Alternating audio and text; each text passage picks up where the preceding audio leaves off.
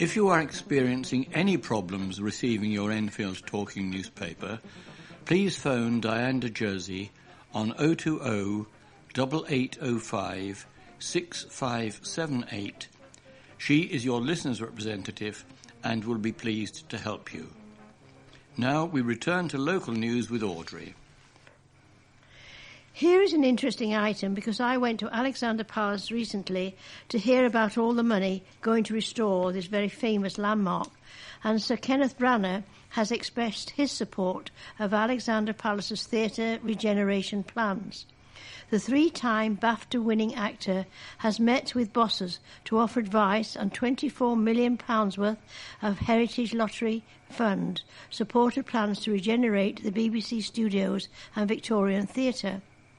He says, when I first saw the Victorian Theatre at Alexander Palace, I was struck by discovering this well-kept secret, something lost that should certainly not be forgotten. I look forward to watching the theatre come alive again through the work of the Regeneration Project. Branagh has been at Alexander Palace rehearsing Macbeth in advance of its opening at the Park Avenue Armory in New York early next month, and met with drama students from Heartlands High School to discuss the play and his career. A hospital has been rated the best in the country for the way that it handles patient data. North Middlesex University Hospital in Stirling Way, Edmonton, claimed the top award against all hospitals in England. The competition, run by CHKS, the National Healthcare Support Service, analysed all publicly available data about patient care. It is the 3rd time the hospital had been shortlisted for the award, and the first time it has come top.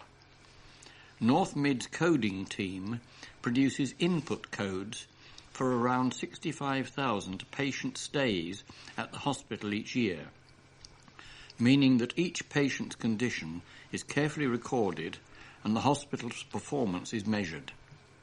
Chief Executive Julie Lowe said, "Looking after the data may not sound glamorous, but it is vital work in the modern NHS, which enables hospitals like ours to ensure we can see clearly where we are doing well and where we need to do better.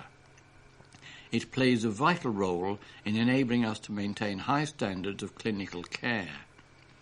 Carmen Tyus, head of clinical coding, collected the annual award with her colleague Jerry Brown, head of data quality. She said, "We are delighted to have achieved this after coming so close twice before. It's great to know our hard work is recognised and that it is helping the local community that we are proud to be part of." A clergyman and boxing coach has revealed he felt humbled to have been asked to attend the Queen's Garden Party. Dr. Kostakis Evangelou, 56, has given up his time for the benefit of the community for the past 30 years. An archbishop at the Apostolic Christian Church in Edmonton since 1996, Dr. Evangelou was recognised for his services to the community at Buckingham Palace last Wednesday. Sitting proudly at the Edmonton Eagles Boxing Club in Montague Road, the club he created in 2006, the Archbishop said he was humbled when he received the letter. He said, "A few years ago, this area where the club is looked nothing like it does today, and we have come a long way since the plans to create this boxing club." Reverend Dr. Evangelou is a professional boxing coach and has 2 sons who box professionally, and admits the sport is not always associated with religion. He said, "In a way there are similarities between religion and boxing. There is a lot of discipline involved and control. Once you look beyond the fighting itself, there is a lot more to boxing. It has a good reputation amongst young people, and that is why it has become popular around here." The Archbishop has worked with the Metropolitan Police in a bid to use boxing as a way of keeping young people off the streets. He said, "Boxing teaches young people many things, including discipline and skill, and it is also a release for many teens. Before this club was here, there was a lot of violence in the area, such as gangs from different postcodes. It was not safe. Since then, we have invited young people into our club and we have seen a marked change in the crime rates around here. The boxing club has also made it to the final 3 of the Sports Club of the Year award. Mr. Evangelou added, "The biggest kick for me is seeing people shine and transform themselves. For me, that will always be the biggest reward of doing what I do.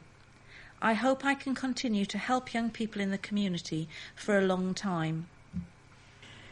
A sports club in Winchmore Hill has invested £500,000 to improve and expand its tennis facilities. The cash boost will provide Hazelwood Tennis Club with a new 3-court acrylic indoor air hall facility, providing 6 heated and lit indoor courts available to use during the winter. The air hall will be taken down in the summer to provide floodlit outdoor courts and will be erected for the winter in October.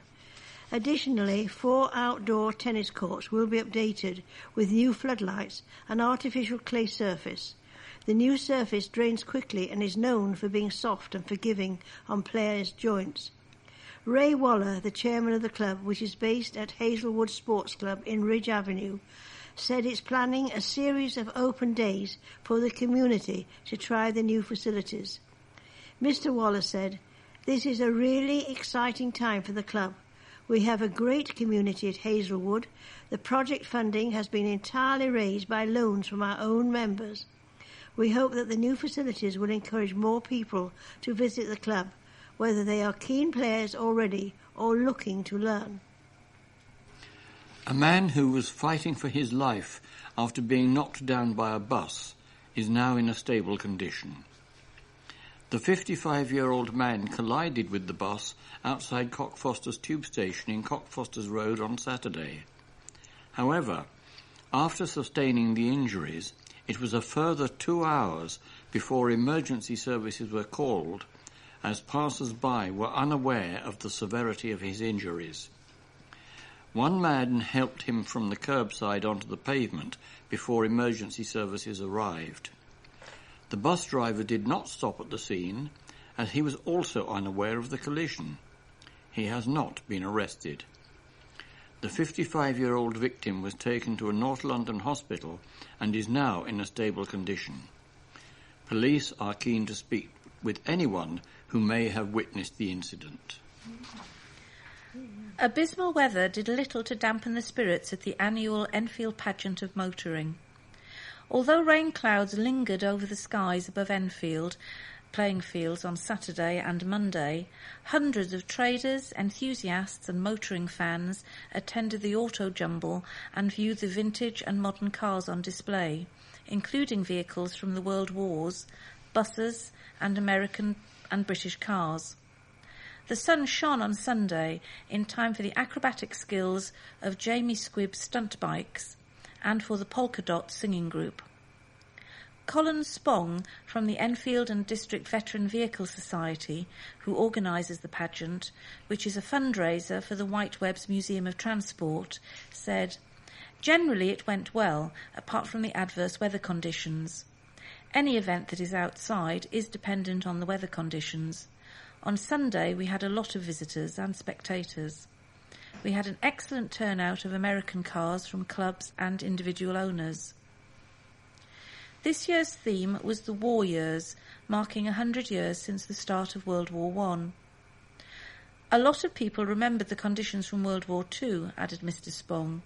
"We had a display of food rations that were available. Some of the youngsters couldn't believe the lack of sugar and sweets, but their grandparents who were with them could tell them." I bet they could.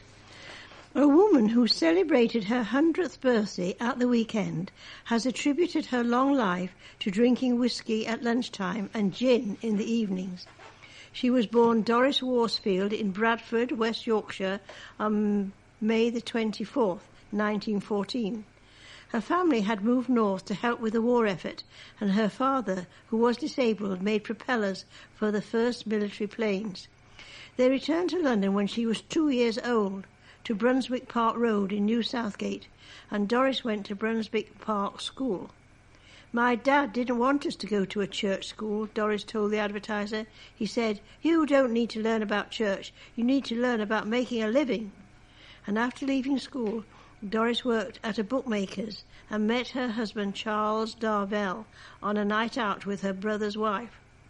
"I liked to dance," she remembered. "There were 4 or 5 chaps who had been playing cricket. My husband said when they saw us, he told his friends, 'I like that one. She's not so bad, but I don't like the shoes.'"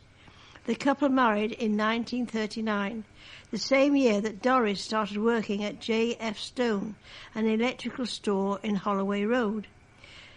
She was a stock-taking clerk and manageress. "I ran the joint, in other words." She laughed. She borrowed a 9-inch television for the Queen's coronation in 1953 and invited the whole family round to watch. "There's a picture of everyone together, and we all had fish and chips," she added. Charles died in 1959. The couple did not have any children, but Doris has been close to her siblings' children. Her niece Gillian Hardcastle added, "Doris was a great one for bringing the family together. All of the family would go round on Boxing Day, and as we got older we took our friends along too." Doris lived in her home at Ravenscraig Road until 2 years ago, when she moved to the 5 Oaks residential home in Cockfosters Road. The family celebrated Doris's big day on Saturday at the West Lodge Hotel in Hadley Wood. "It's been 20 years since anyone got together," added Mrs. Hardcastle. Enfield-born singer and songwriter James Blake has won a coveted Ivor Novello Award. The 25-year-old, who is the son of musician James Litherland, went home with the gong for Best Contemporary Song for his track Retrograde, taken from his second album Overgrown. It comes just a few months after James won the prestigious Mercury Music Prize. As he accepted the honour on Thursday, May the 23rd, James, a former pupil of Grange Park Primary School in Winchmore Hill and the Latimer School in Edmonton, said until now he didn't think of himself as a songwriter, but the award has changed his mind. An Enfield Garden Centre has won a silver award at the Chelsea Flower Show. Capel Manor in Bullsmoor Lane received the prize for its entry "Small is Beautiful" in the Flora Award section. The display used its food production unit, based at 40 Hall Farm, and included a vertical pallet planter as a way of growing plants in small spaces. Farm manager Kate McGeever said, "The feedback from the judges was really positive. They liked the message, highlighting the importance of eating local and regional food and the ways this can be achieved. The display showed the potential amount of growing space there is in London. It got a lot of attention from visitors." The entry was placed in the Flower Show's new Discovery Zone exhibition. A bogus water company worker conned his way into the home of an elderly man in Enfield. The 80-year-old victim was approached by the man as he returned to his flat in Old Road, Enfield Highway. The man followed the pensioner to his door and claimed he needed to check the water supply. He then made his way to the kitchen and turned on the taps while covering his hand with a sock. He was then asked to leave the property. Nothing was taken. The suspect is described as 5'9" tall, in his early 30s, of medium build with a large belly, and spoke with an English accent. He was wearing a grubby, horizontally striped blue and silver T-shirt. So if anyone with any offence should contact the police. Cars speeding along narrow streets, loggerhead traffic jams on a daily basis, and constant beeping and revving from irate motorists. These are just some of the complaints raised by readers when we asked them to send us their nominations for the worst rat runs across Enfield, Haringey, Barnet, Harrow and Boreham Wood. Dozens of people responded by venting their frustrations and nominating their own stress-inducing thoroughfare. And now, having sorted through all the entries, we have compiled a list of the worst 10, including 2 in Enfield, 1 in Palmer's Green and 1 in Haringey. Chase Green Avenue and Drapers Road, Enfield. What you said. They are both pleasant residential streets that are plagued by fast-moving traffic at most times of the day. Drapers Road is used to cut off the roundabout at the junction of the Ridgeway and Lavender Hill, and Chase Green Avenue provides a quick way to get into Enfield town, avoiding Windmill Hill. Having lived in the area for nearly 40 years, the worsening changes are very noticeable. Ringslade Road, Watson Road, Wood Green. What you said. Figures show that 2,600 vehicles use this road as a cut-through every day. At peak time, 8 a.m., it's 300 vehicles an hour. This dips a little after 9 a.m., but is pretty constant throughout the day. It's been a long time wrestling with the council on this, and at a recent public meeting, the council said they were considering 3 options, one of which was do nothing. Just incredible. Arnold Gardens, Palmer's Green. What you said. Traffic volume has significantly increased over the 30 years I have lived in the street. It is virtually one way in the mornings during rush hour because of the volume of traffic wanting to join the A406, the North Circular Road.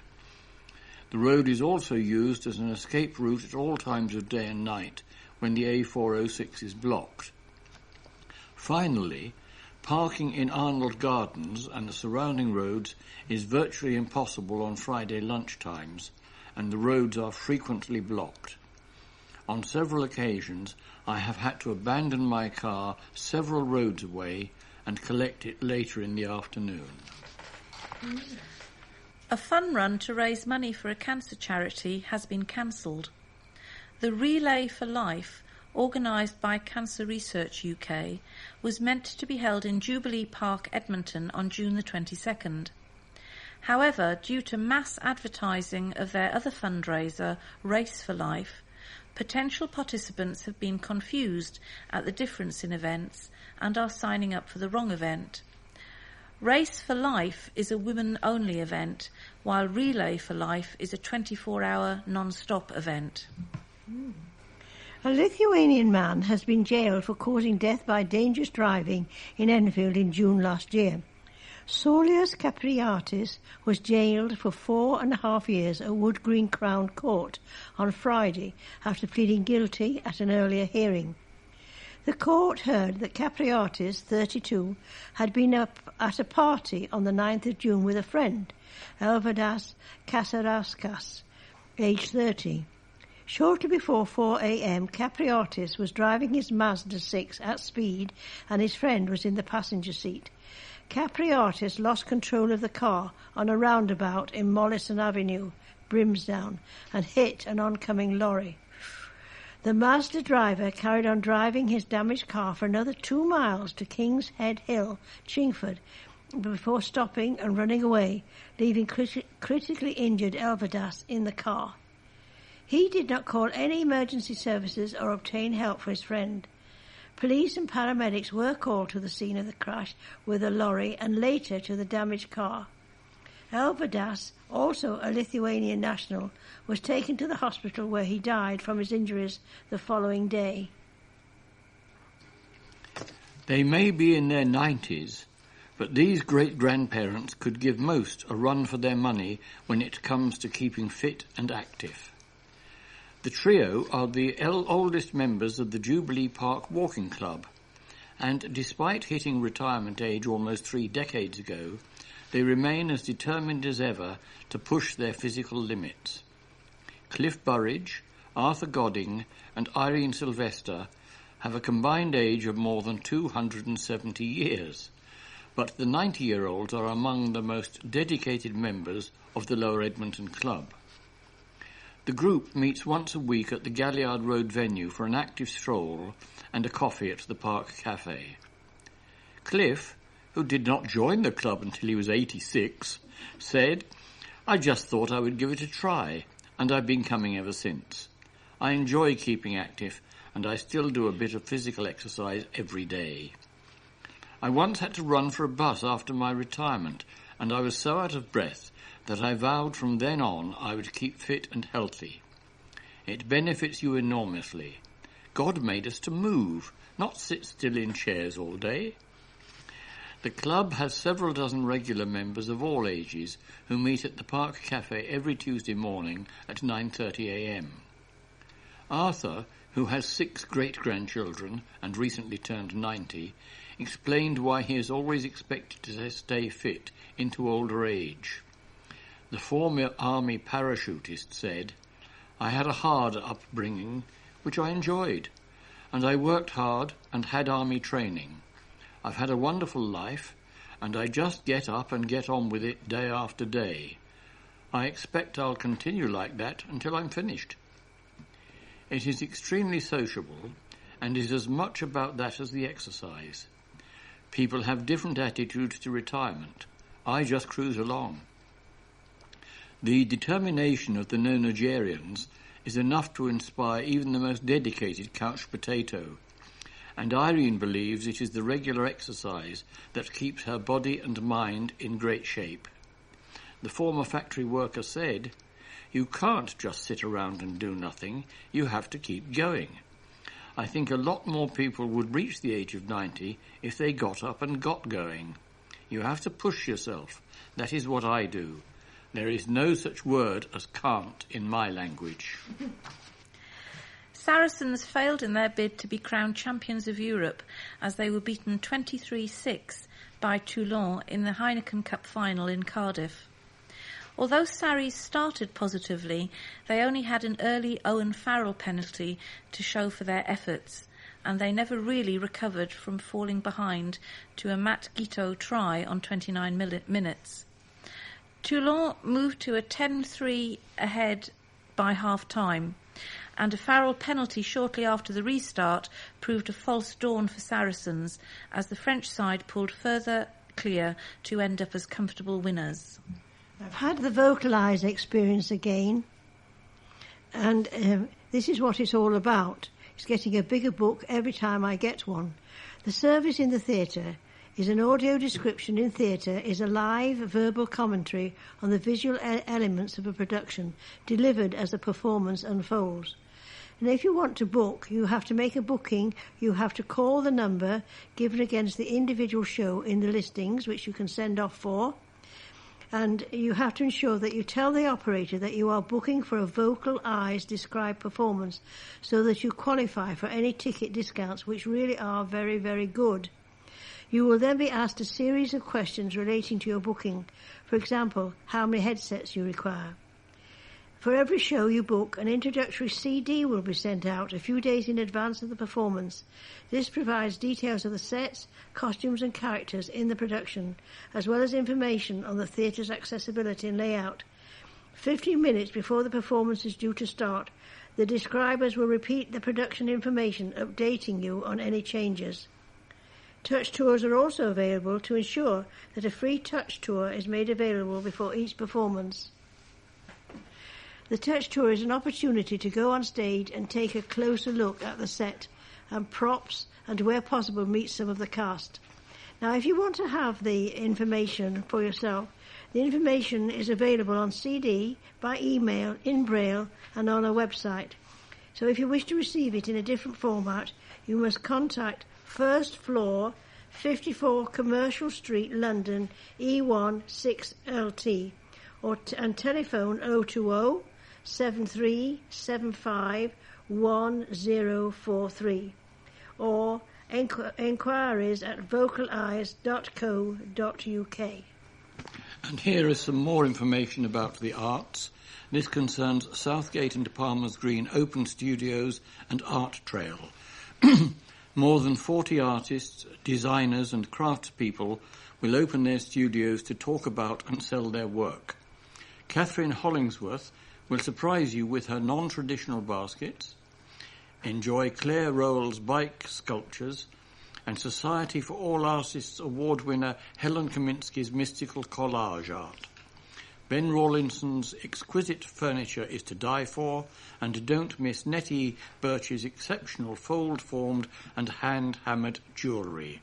There are also free workshops for the public. These events are being held at various venues in Southgate and Palmer's Green on June the 7th and 8th, and details are available on openstudios, that's all one word, .uk.com. And now we have one or two ghost stories. The first concerns 40 Hall at 40 Hill, Enfield.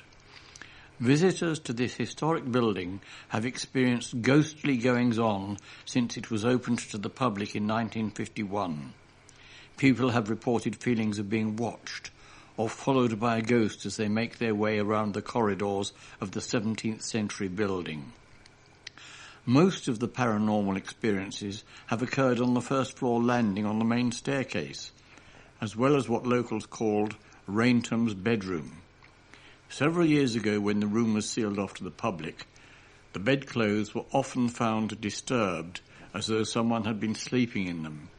A group of paranormal investigators visited the museum last year and reported feeling a presence on the first floor landing. Another story concerns Hadley Road, Enfield. Legend has it the ghost of a witch who lived in Hadley Road in the 1600s haunts this sometimes eerie country lane. She was reportedly executed in 1622 for witchcraft, and residents insist that on cold, misty nights her ghostly form returns. This story concerns the Rose and Crown in Clay Hill, Enfield. This popular, old-fashioned public house was once owned by the grandfather of infamous highwayman Dick Turpin. Rumour has it that the serial robber would use the drinking hole as a hideout after his violent crimes. For decades, punters have reported seeing his ghostly figure outside the pub, sometimes accompanied by his horse. We have reached the end of our programme for this week. Thank you for listening. So, from the team of Joy, Audrey, and myself and Cassandra on the controls, it's goodbye. Please remember to turn over the address label in your postal packet. Put the cassette into the packet and return it to us as soon as possible in readiness for the next edition. Don't forget you can call Diane de Jersey regarding any help you may require in connection with Enfield Talking Newspaper. The Enfield Talking Newspaper will be with you again in 1 week's time.